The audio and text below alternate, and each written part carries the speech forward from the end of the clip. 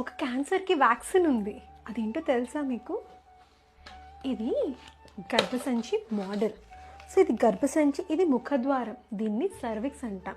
ఈ సర్విక్స్కి హెచ్పివి అని ఒక వైరస్ తాలూకా ఇన్ఫెక్షన్తో వచ్చే క్యాన్సర్ సర్వైకల్ క్యాన్సర్.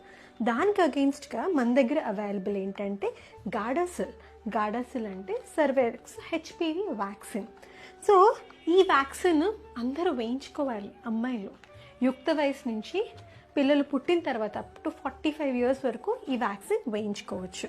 దీనికి మన దగ్గర గాడాసిల్ 4 ఉంది, గాడాసిల్ 9 ఉంది. సో నేను చేతిలో పట్టుకుంది గాడాసిల్ 9. ఇందులో ఒక 9 strains ఉన్నాయి. 6, 11, 16, 18, 31, 33, 45, 52 అండ్ 58. దీనికి 3 doses ఇవ్వాలి. ఈ వ్యాక్సిన్కి 3 doses అంటే 0, after 2 months and after 6 months.